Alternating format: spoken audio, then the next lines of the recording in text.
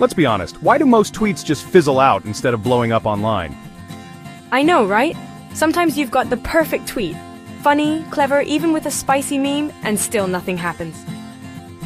Here's the real secret. It's not just about what you say, but how you make people feel. Exactly. Most tweets with strong content miss out on going viral because they don't connect emotionally. And honestly, on social media, feelings always win over facts. If you want your tweets to stand out, you have to go deeper than just sharing ideas.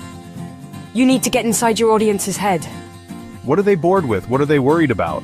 Are they just looking for a laugh, or do they want someone to finally get them? When I write, I always ask myself, what do I want people to feel?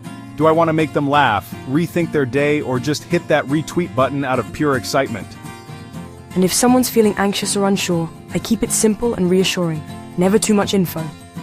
If they're lacking confidence, I try to give them a boost, help them believe in themselves. And for those who want to learn, I talk to them like a big sister, relatable, clear, and just a little bit wise. Bottom line, people forget the words, but they remember how you made them feel. So if you want your tweets to go viral, start with emotion. Everything else follows.